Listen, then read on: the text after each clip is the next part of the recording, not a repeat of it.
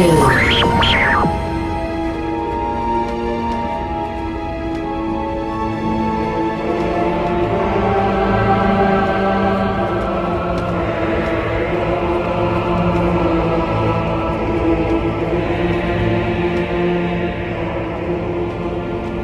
heard of Batman, but if you're not into comics, you might be unfamiliar with Arkham Asylum.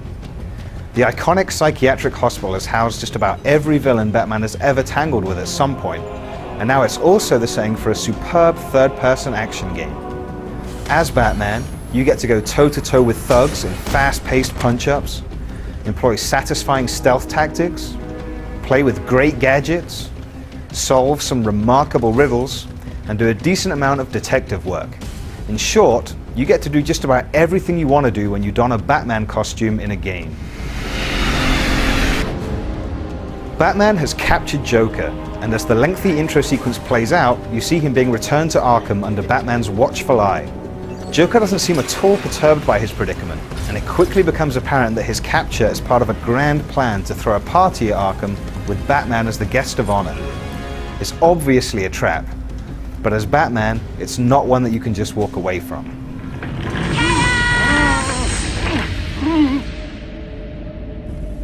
I'm now subbing for the old man. Old Sharp has never been happier. In case you ain't figured it out, today is the Joker's big homecoming and you're the guest of honor. Joker throws a bunch of his goons at you almost as soon as you start playing, and you're encouraged to knock them all out using basic attacks and counters. Stringing together lengthy combos is pretty easy, and the action is so well animated you'll think the fights were choreographed.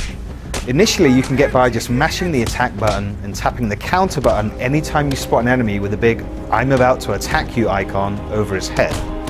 But later, you'll encounter thugs with knives, cattle prods, and guns, who force you to raise your game and incorporate additional moves into your repertoire.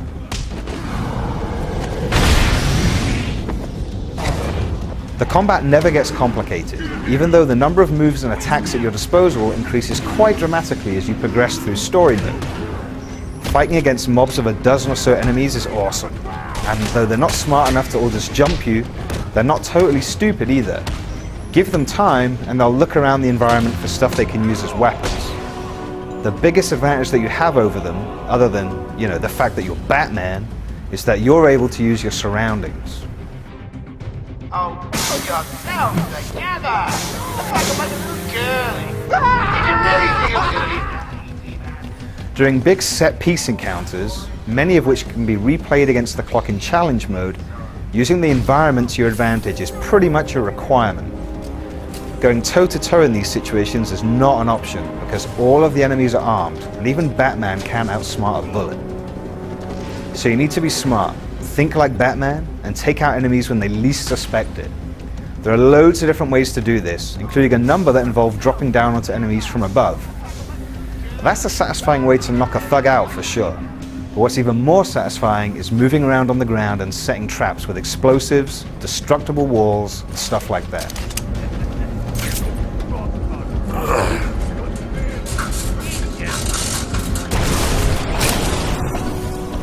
And it's not as hard as you might think to play that way, because using detective vision mode, you're able to see through walls. This means you can move around quickly without needing to peek around every corner, which keeps the stealth-style gameplay fast-paced and lots of fun.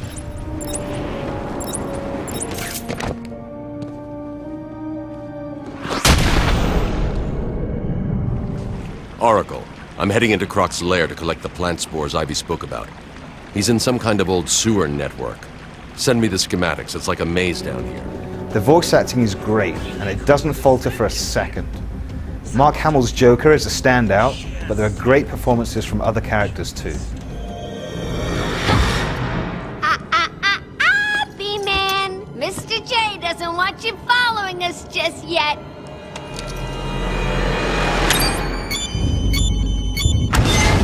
One character that you hear a lot from is the Riddler, who has hidden no fewer than 240 riddles for you to solve all over Arkham Island.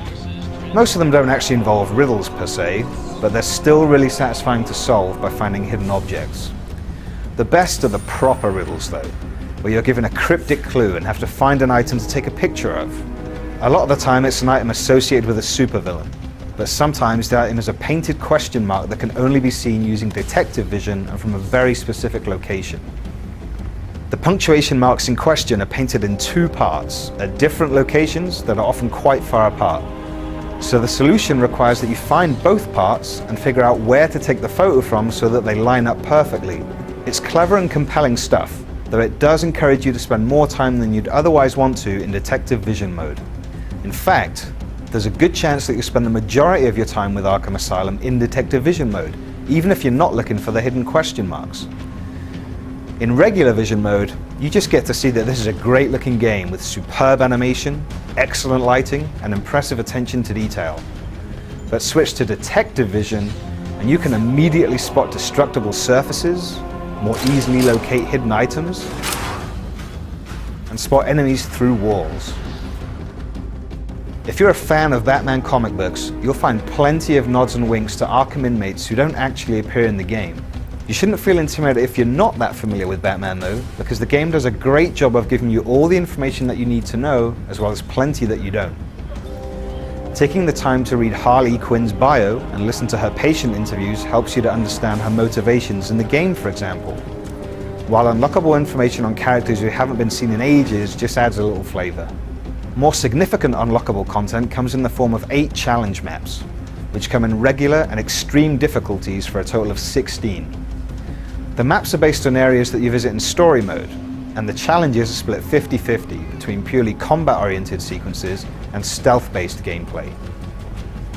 You complete challenges against the clock and are awarded medals for taking down enemies in specific ways in each level.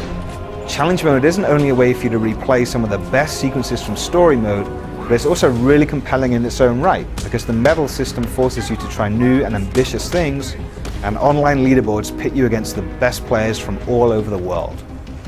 Regardless of whether you're getting sucked into story mode or competing for high scores in challenge mode, Batman Arkham Asylum does an outstanding job of letting you be Batman.